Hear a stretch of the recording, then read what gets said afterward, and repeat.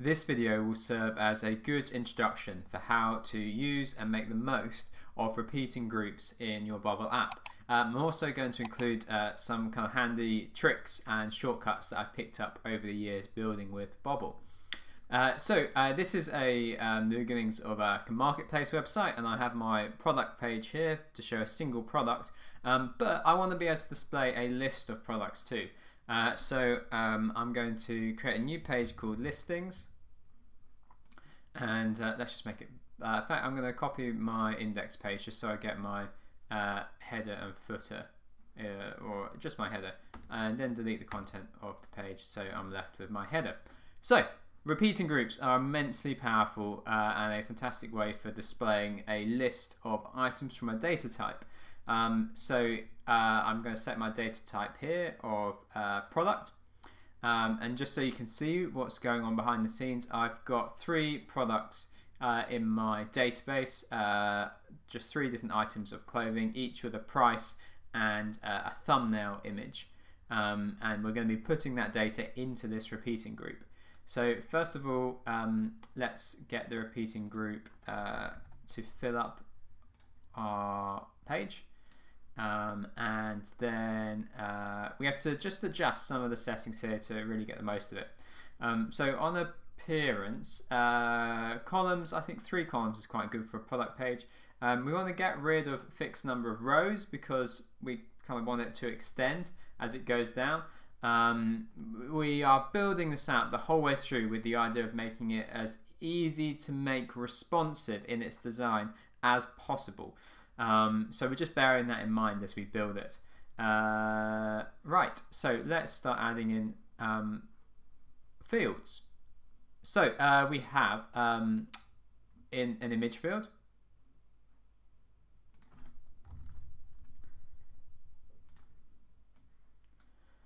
Okay, and in layout, I'm going to change my sales container layout to column.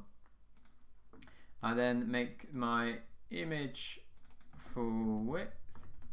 I'm going to put a standard photographic aspect ratio in there just so that my image doesn't appear squished in any way. And then we need to have a title. Just going to use the default ones that Bubble's provided in here just so I can do it quickly. So adding in dynamic data, we refer to the cell that it's in, so current cell is product title. And then let's make that full width. And get rid of that min height. I want to be able to control, again, building a responsive app is always the primary thought process in my head. So I don't want to over exaggerate height with these fields. I want to use my margins and my padding. Just a bit of best practice for you there. So we've got title, and then the last bit of information to pull forward onto this page is going to be price. So current sales product price.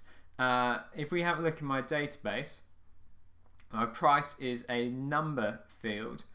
So in order to display like a currency, I could add currency up front, and that would be useful if I wanted to, like my store was handling multiple currencies. That would be the way to do it. So I would put in a dynamic field for a symbol of a currency, probably use an option set for currencies. But because I want some really quick formatting and I'm only using one currency, I can go format as currency decimal places 2, and then select the currency. Because I'm British, I'm going to go with the pound. Then let's make this full width,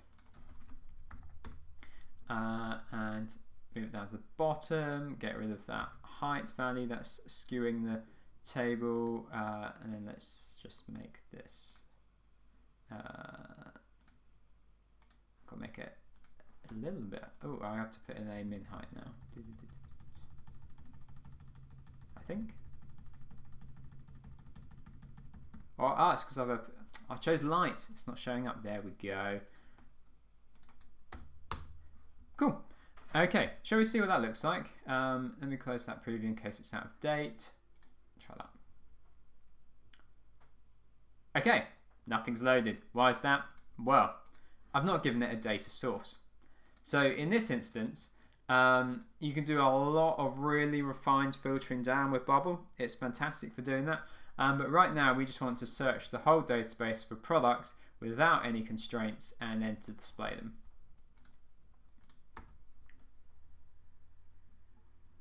Okay, so there we go. We can see that it's pulling through my data correctly. I also forgot to make the image dynamic. Right, so that's image thumbnail. And then for accessibility and for SEO, I probably want to add in an alt tag here. So current products title, we'll put in the title like sun hat. I'm just going to put thumbnail as regular static text at the end.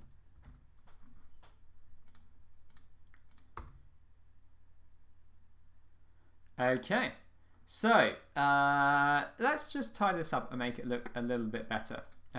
So first of all, I'm going to not have this full width. I'm going to say max width of, let's go for 1,000.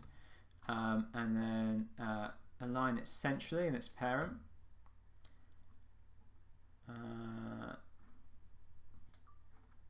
To make that work, I've got to remove the 100% value there. Give that a refresh. Great, it's now sitting nicer in the middle of my screen.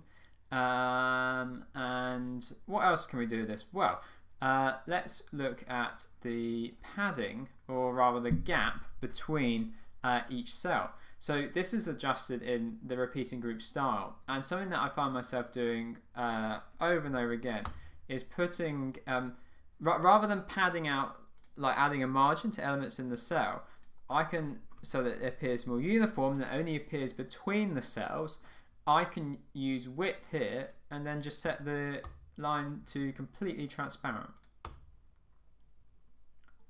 Okay, so then I have a more uniformed gap. It's not quite uniform because that image is square, but you get the idea. You can see how it looked like, what it looked like on the editor.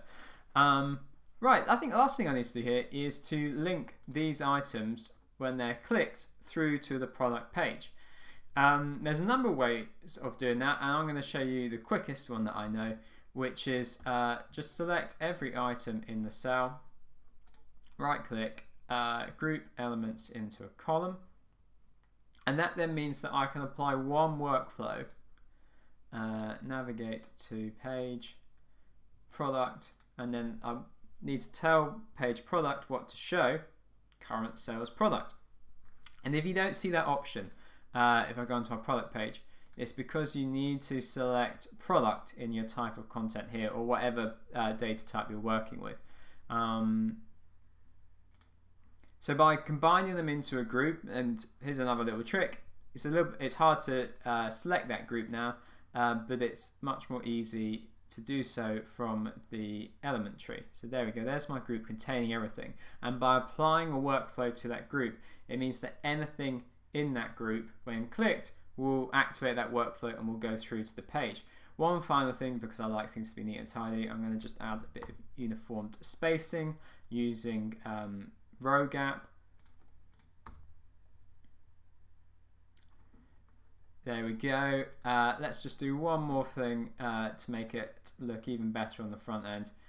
So I'm on my group that contains my image and my text fields, and I'm going to add a border to it, a light grey. Yeah, I'll go with square corners, and then because I've added a border, it would now only really look right with a little bit of padding.